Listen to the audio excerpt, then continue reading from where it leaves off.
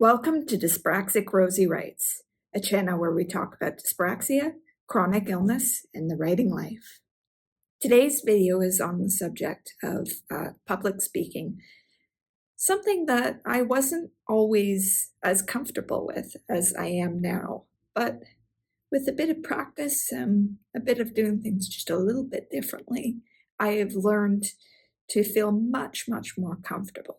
And I'm going to share that with you today. It wasn't too long ago that public speaking was something that frankly kind of frightened me.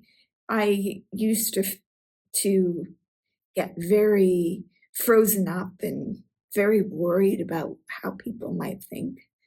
But really what changed things for me was doing drama classes from my teen years up until university, and that really pushed me straight out of my comfort zone and gave me an opportunity to be in a supportive community of people that I could relate to, that were very supportive of just trying things and trying out performing in front of people in ways that felt natural.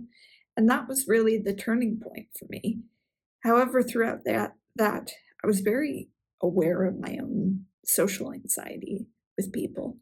And when I became a freelancer, really from the very beginning of that, as I started to also be invited to do public appearances on things like podcasts and other forms of media, I was very, very aware of how that was still an issue for me, because I found myself going to so many events locally and really, really struggling with going up in front of a big crowd of people and just explaining my own little performance pitch, I suppose, of it, what I do, and taking pride in that as a young woman.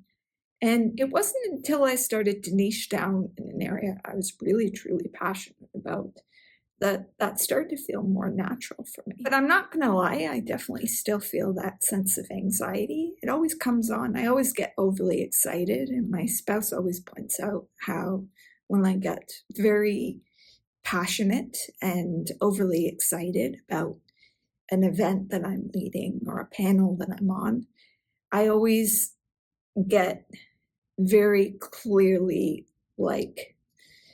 frazzled and all over the place at first. But the one difference between back when this was really truly difficult for me and now is I have learned to control those feelings in a productive way and channel them in a productive way.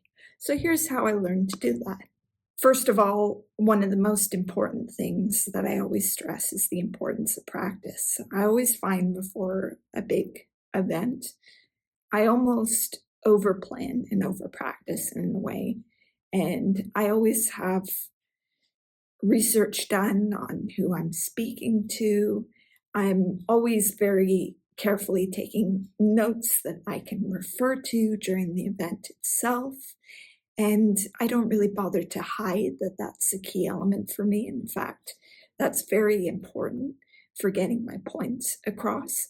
In fact, side note, I think that's why I've really liked YouTube as a medium, because it can really cater to the fact that I can just sort of practice and try things in smaller increments in order to get my point across, rather than feel under a ton of pressure.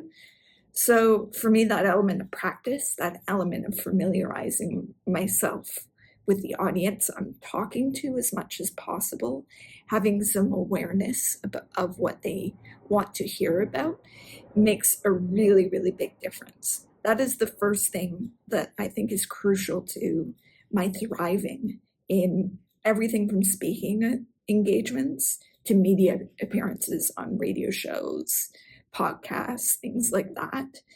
And so as I practice, the time starts to come closer and closer to the events themselves. And the way I channel my anxious and overexcited energy is very much in the things I prepare myself with from a mindset point of view.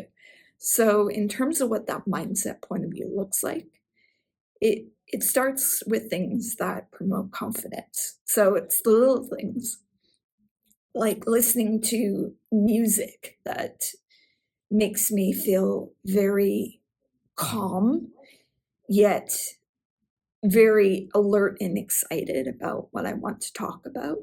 And I have a series of playlists that really make a big difference to listen to little bits of. I can name specific songs that put me in the right mindset to feel like I'm really truly ready to talk in front of an audience. And I think that element of being passionate about what I'm talking about, being very sure about what people want and what they're looking for really makes a big difference. And that is when I am more likely to be really, truly ready. But it is also the little things, like before the event itself, putting myself in a relaxed state of mind, and like choosing outfits that I feel really, truly good in, drinking tea that I feel really, truly good, drinking truly relaxed drinking. I and those little things make a world of difference. But with those in mind, what I have ultimately felt like I've had to acknowledge is that of my neurology. I'm neurodivergent, and the thing is, what I quickly learned is much of the conventional thinking on public speaking is very much designed with neurotypical, non-disabled people in mind. So I think that's what makes people feel very excluded, and like their way of communicating isn't going to be good enough. That was a key part of the mission of this YouTube channel too, that I wanted people like me who are neurodivergent and have other disabilities to hear and see someone just like them and be transparent about the moments where I make little mistakes. And I've learned to find humor in those mistakes. I've learned to use them as a tool, especially when I'm talking about something like neurodiversity, in order to inform people of those differences and help them relate to it on a personable human level. I use humor especially when I find myself like doing something like repeating a point again, or getting too passionate, talking a little quicker, or stumbling on a word. I use humor, and I use just an open acknowledgement of what's going on. And I think it helps people relate more to the points I am trying to convey. And it serves as a useful educational layer too, because I think really a lot of what we internalize, like I said before, is that of good public speaking being a very different type of person than what much of the neurodivergent lived experience naturally conveys.